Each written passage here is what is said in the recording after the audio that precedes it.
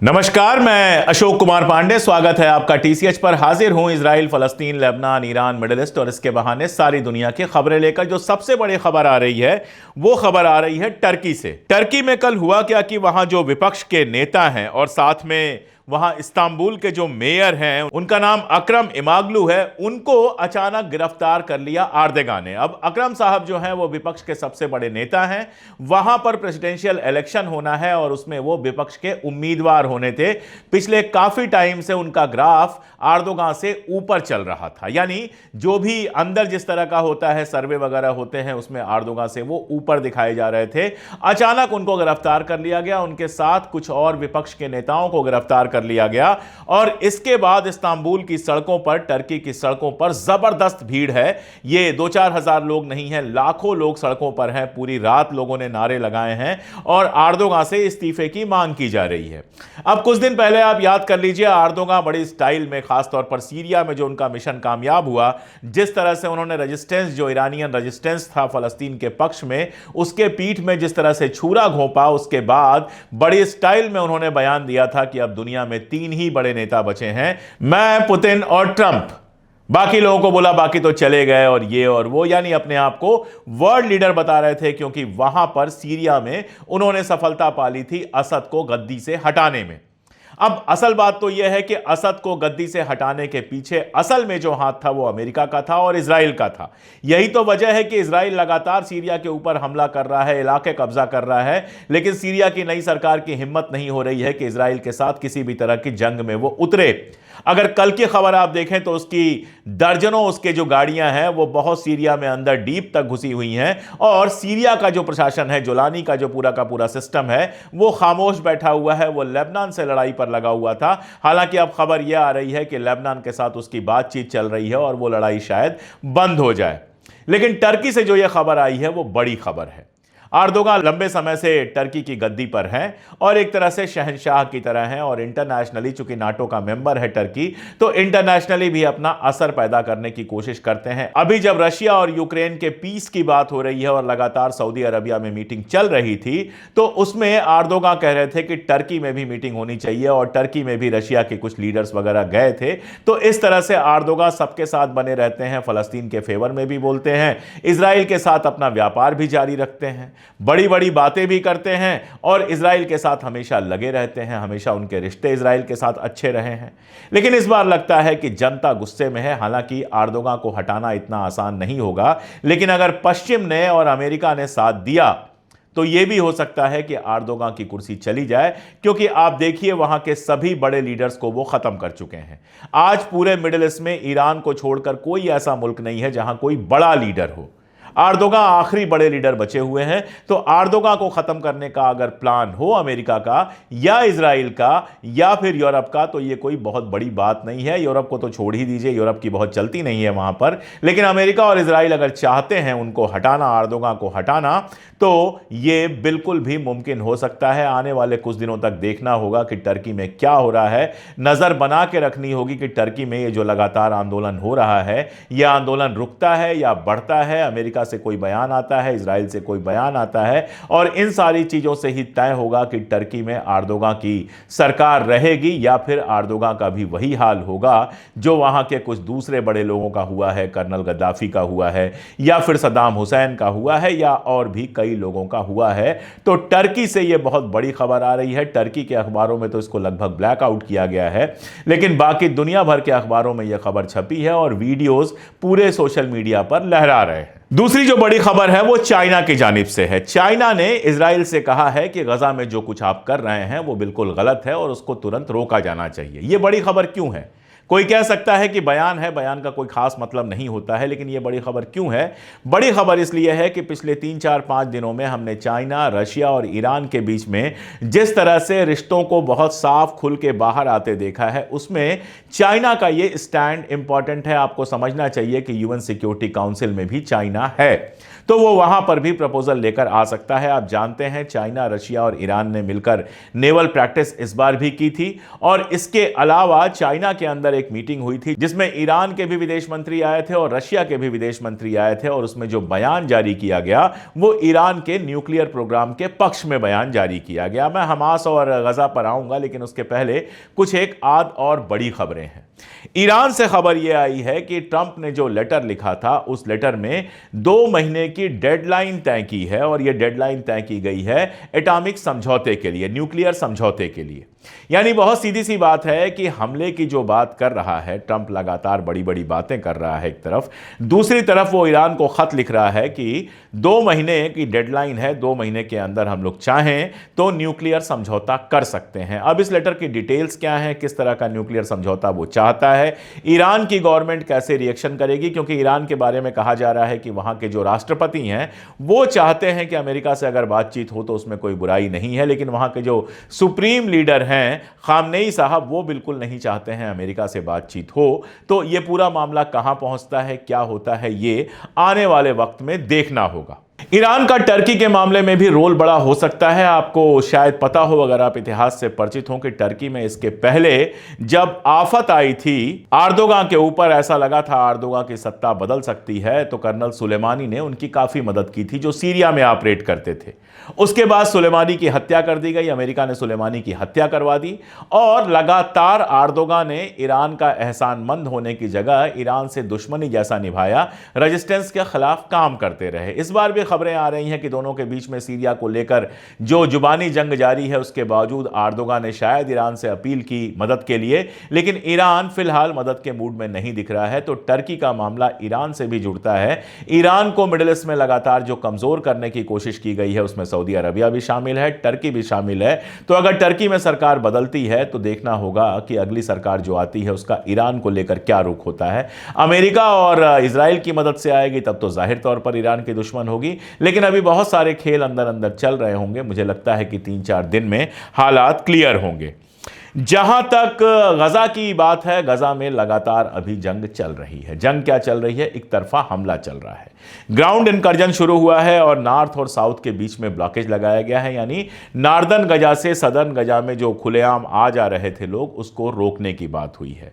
नेत्जरिम जो बेस है उस पर कब्जा किया गया है, वहां पर आर्मी पहुंची है। लेकिन ग्राउंड इन्वेजन हुआ है तो साथ में लड़ाई भी चलेगी। जाहिर तौर पर हमास भी लड़ाई लड़ेगा। लेकिन इसके बीच में एक और खबर है कि हमास का जो प्रतिनिधिमंडल है वो भी कैरो पहुंच गया है। कैरो में पहले से इजराइल का जो निगोशिएशन टीम है वो वहां पर है, और अब हमास ने भी अपनी निगोशिएशन टीम जो है वो कैरो में भेजी है। अमेरिका का यह कहना है कि जो हमने ब्रिज अरेंजमेंट दिया था वो अभी भी जारी है, यानी जो वो कह रहा था कि रमजान के पूरे महीने तक लगभग 30-40 दिन तक सीज फायर चले और उसमें वापस करना जारी रहे, यानी आप हमारे कैदियों को वापस करो, हम आपके कैदियों को वापस करेंगे, ये वाला प्रपोजल उसने कहा अभी भी है। लेकिन हमास गजा पर हमले के बावजूद झुकता हुआ फिलहाल नजर नहीं आ रहा है। हमास का बहुत साफ कहना है कि सेकेंड फेज में आप अगर चलिए तो हम लोगों को रिहा करने के लिए तैयार हैं। सेकेंड फेज का सीधा सा मतलब है आर्मी की वापसी और परमानेंट सीज फायर की तरफ कदम बढ़ाया जाना। इजराइल सीज फायर का पहला स्टेज तो उसने निभाया, लेकिन सेकेंड स्टेज के लिए वो तैयार नहीं है। इजराइल पूरे सीज फायर को तोड़ चुका है, क्योंकि वो कहीं से नहीं चाहता है कि परमानेंट सीज फायर जैसी कोई चीज हो। आज के जेरूसलम पोस्ट में एक आर्टिकल है और बड़ा मजेदार आर्टिकल है। वो आर्टिकल पूछता है कि दोबारा रिजम्पशन ऑफ वार जो हुआ है, दोबारा जो जंग शुरू हुई है, उस जंग से नेतन्याहू को तो बहुत फायदा है, लेकिन क्या इजराइल को भी कोई फायदा है? वहां के विपक्ष के एक नेता हैं और एक्स प्राइम मिनिस्टर हैं बेनेट साहब। उनका यह कहना है कि जो कुछ कर रहा है नेतन्याहू वो बेसिकली गद्दारी है। क्यों? क्योंकि एक तो वो खबर जो कल मैंने आपको बताई थी कि कतर से इसका जो स्पोक्स पर्सन है उसके अकाउंट में पैसे आए थे, इस सिलसिले में 2 लोगों को गिरफ्तार भी किया गया है। तो बेनेट का कहना है कि अगर इसने कतर के जो इन्फ्लुएंसर्स हैं, कतर का जो ग्रुप है, उससे पैसे लिए हैं, तो यह अपने आप में देशद्रोहिता है, यह अपने आप में गद्दारी है इजराइल के साथ। देखिए, इजराइल की जो हालत है ना, वो बाहर की लड़ाई तो जो हो रही है, बाहर की लड़ाई का तो ये असर हुआ है। गजा में जो लड़ाई चल रही है, लोग लगातार मारे जा रहे हैं, 70 लोगों के मारे जाने की फिर से खबर आई है, ये सब तो सब जानते हैं। लेकिन इसके पीछे पहली बात तो यह हुई है कि इजराइल की जो मार्केट है, स्टॉक मार्केट है, वो और डाउन हो गई है। साथ में इजराइल की जो मुद्रा है वो भी नीचे चली गई है। टर्की के बारे में भी बता दूं कि टर्की में जो कुछ हुआ है उसके बाद सबसे बड़ा असर पड़ा है कि मार्केट में उसका स्टॉक मार्केट बिल्कुल गड्ढे में चला गया है और लीरा जो उसकी मुद्रा है वो भी बिल्कुल गड्ढे में चली गई है।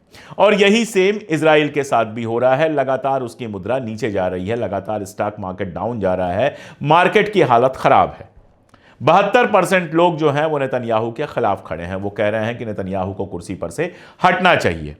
जो शिन बेट के चीफ को हटाने की बात है उसको लेकर आप जानते हैं एजी जो वहां की हैं मना कर चुकी हैं। इसके बावजूद शिन बेट के चीफ को हटाने के लिए नेसेट की मीटिंग होने वाली है और इसके खिलाफ लगातार प्रदर्शन चल रहे हैं जिसको पुलिस ने बहुत ब्रुटलिटी के साथ दबाया है। यानी जाहिर है कि जनता वहां बार बार सड़क पर आ रही है।